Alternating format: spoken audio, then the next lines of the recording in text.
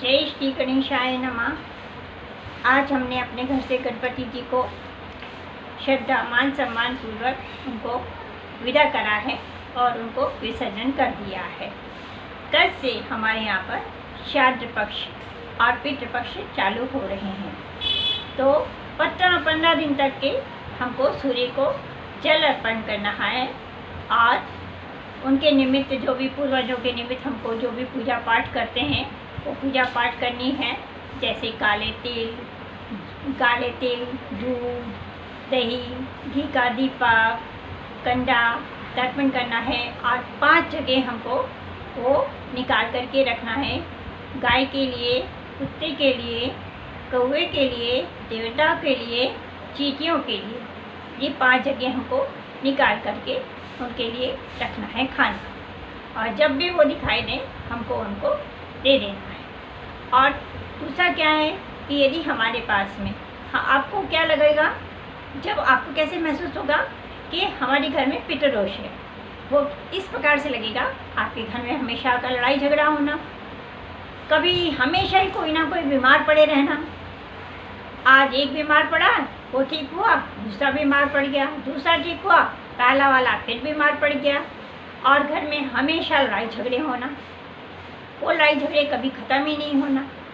आपका कोई काम, मंगल काम होते होते रुक जाना। जैसे आपने मकान बनाया, मकान बना तो लिया, लेकिन उस मकान में आप प्रवेश नहीं कर पा रहे हैं, उसमें अड़ंगे पे अड़ंगे आ रहे हैं, वो किसी भी कारण से आ रहे हैं अड़ंगे, और किसी भी कारण से आ रहे हो अड़ंगे। इस तरीके की जब घटनाएं हमारे यहाँ होने लगती हैं तो हमें मान लेना चाहिए कि ये हमारे यहाँ पितृदोष है। और हमारे यहाँ पर जो भी बूढ़े पुराने हमारे माता पिता, दादी दादाजी जो भी हमारे यहाँ परंपरा रीति रिवाजों को मानते चले आ रहे हैं, हमको उसको मानना ही है। ये नहीं बोलना है अरे हम नहीं मानते इस चीज़ को, ये फालतू की बातें हैं, ये फालतू की बातें नहीं है, यही आपको पितृदोष लग जाता है। इसलिए कोई भी फ्रेंड वर्ड्स लगाए हुए बिना आपको ये काम करना है कि हमें ये काम करना है हमारे बुज़ुर्गों के प्रति, और जो भी हमारी पीढ़ियाँ निकल गई हैं तो आने वाली पीढ़ी के लिए भी। आप जो खड़े हुए हैं ना इस समय, आप जहाँ विराजमान हैं, वो हमारे बुज़ुर्गों के प्रति ही के द्वारा ही हम यहाँ पर विराजमान हैं। इसलिए हमें कभी भी उनकी बताई हुई चीज़ों को कभी भी नकारना नहीं चाहिए।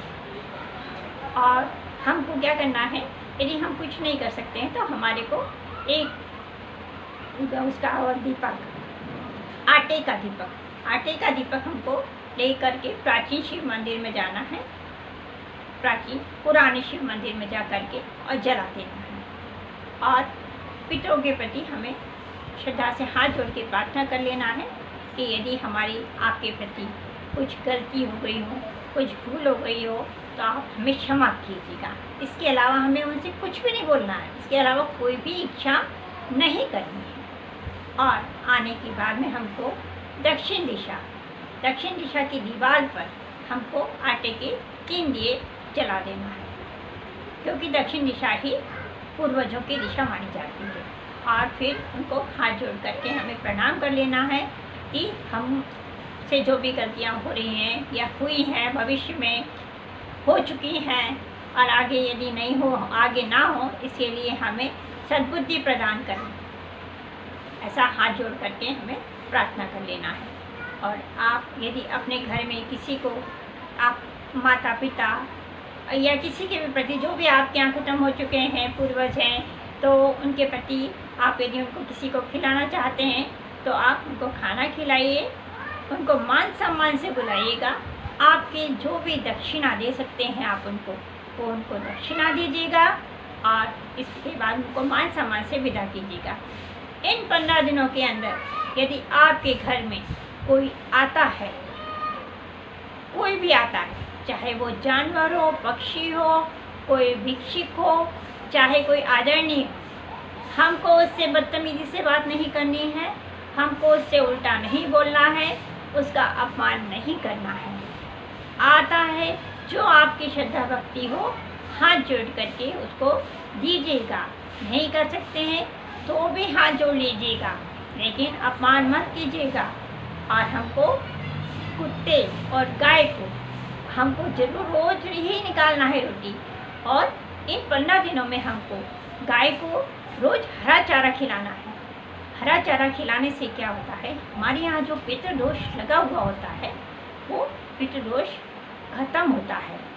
और हर अमावस्या पे ये हम बोलते हैं ना कि चलो ये 15 दिन में हमने कर दिया, लेकिन यदि आपके यहाँ पितृदोष लगा हुआ है तो आपको हर अमावस्या पे आने वाली जितनी भी एक साल की अमावस्या है, और हर अमावस्या पे आपको एक उसका दीपक जलाना है आटे का, और शिव मंदिर में जा कर के और फिर उनको रख के आ जाना है और हाथ जोड़ करके प्रार्थना कर लेना है कि हमारी जो भी भूल चूक हुई हो उनको हमें माफ़ करिएगा, ऐसी प्रार्थना कर लेना है।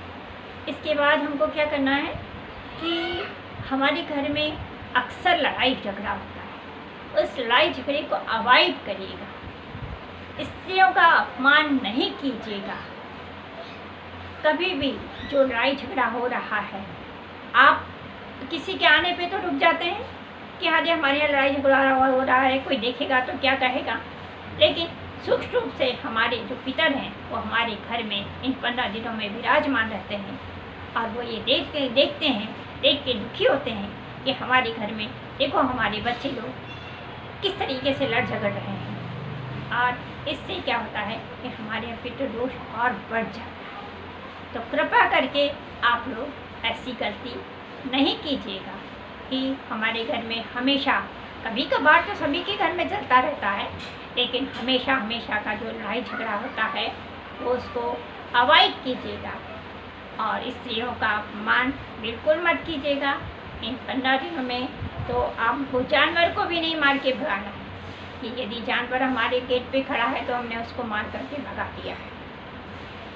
और हमको क्या करना है, ये हमारे तो ये निश्चित है कि हमारे जो सूर्य की कृपा है जो हमारे पर बनी हुई है, और सूर्य भगवान जो है तो वो हमारे लिए एक ठोस रूप में हमारे प्रति खड़े हुए हैं कि इनका कुछ भी बाल बाका नहीं हो सकता है जब ये हमारी पूजा कर रहे हैं, अर्चना कर रहे हैं। इस प्रकार से हमको श्राद्ध पक्ष में रोज हमको उनका नाम लेकर के पूजा पाठ करनी है।